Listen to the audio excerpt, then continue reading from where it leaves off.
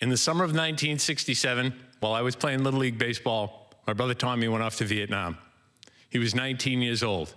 He was assigned to the Army Postal Unit, and back home we thought that meant he had a desk job and that he'd be safe. 6 months later, as I was watching the evening news with my brothers, the doorbell rang. And when I answered it, there was a large man in uniform standing on my front porch. He leaned over to me and he said, "Son, is your mother at home?" Now, I was 11 years old. Having a man in uniform on the front porch didn't mean anything to me. I just yelled out, "Ma, someone's at the door." When my mother came to the door, she immediately started to cry. The house went into a tizzy. My dad came home from his night job. My older brothers and sisters cried. Aunts and uncles came by the house. Over the next couple of days, friends and neighbors came by the house. Some people dropped off food, and I was able to read the telegram that the officer left my mother. It said, "The Secretary of the Army has asked me to express his deep regrets. Your son, Specialist 4 Thomas Brinsley Griffin Jr., is missing in Vietnam. He was last seen as a passenger on a military aircraft that crashed and burned for unknown reasons." After I read that, I realized my brother wasn't coming home. After we buried my brother, my mother would sometimes say aloud, "I wonder what he was doing on an aircraft." She said she never worried about him because he had a desk job. Flash forward 15 years. I'm hanging at my local barroom with my younger brother, and one of the guys comes up to us and says he met a guy that was delivering something to his work who claimed my brother took his place on a helicopter that went down in Vietnam. He couldn't give me the guy's name. He didn't know where the guy worked. So I just filed that story away. There was no follow-up. My mother died in December of 1985, and she never knew the circumstances around my brother's death. Flash forward another 15 years, it's the late 90s. My father says one night, "I'd really like to know what happened to your brother." And I promised him I'd find out. I figured I have the story from the barroom, and I'll do a quick internet search, and I'll have an answer in about 2 days. I spent a big chunk of the next 2 years on various chat rooms and Vietnam veteran websites and came up with nothing. I remembered my mother had a photograph of my brother with 3 guys in Vietnam, and she had written their names and their home states on the back of the picture. I found it and started randomly calling people with those names in those states, and I came up with nothing.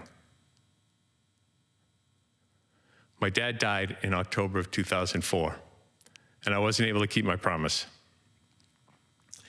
And I stopped searching soon after that. But every once in a while, I'd type my brother's name into Google, and the first hit would always be the Vietnam Memorial in Washington, D.C. And after that, local and state monument sites. 7 years after my dad died, October of 2011, I was sitting at my desk in work, and I typed my brother's name into Google. First hit was the wall in D.C.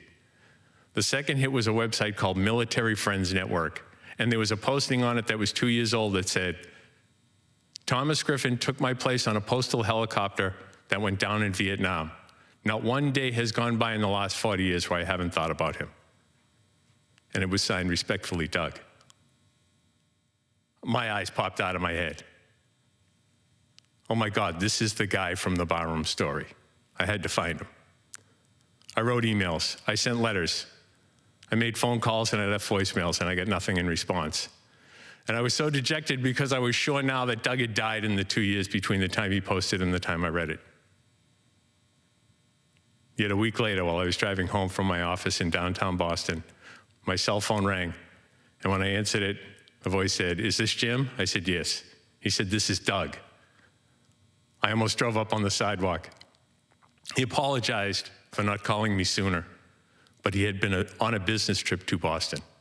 He had actually been working right down the street from my office. He got very emotional and he told me, "I've never spoken to anyone about this in 40 years, not even to my wife." He told me that he met my brother when my brother came in country in July of 1967. He said they became very close and they worked together in the postal unit. He said in late December 1967, Doug was scheduled to go on R&R to Hawaii, and my brother asked if he could take his place on the postal helicopter runs. Doug ran it by the commanding officer, and everyone signed off, and Doug went off to Hawaii. He said when he came back, my brother was dead.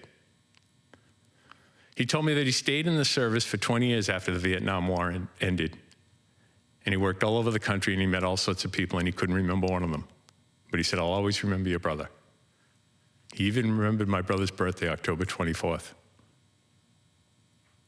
When he said that, I had to pull my car over and dry my eyes. I thanked him for getting back in touch with me and asked if we could stay in touch. And he said he would like that. And after that day, I never spoke to Doug again. I've never met him in person.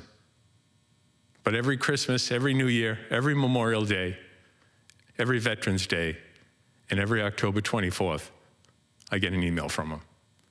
And I respond the same way he responds to me. One of the great highlights of my life is getting in touch with you. I couldn't keep that promise to my dad. But getting in touch with Doug allowed me to reach out and touch my brother one last time.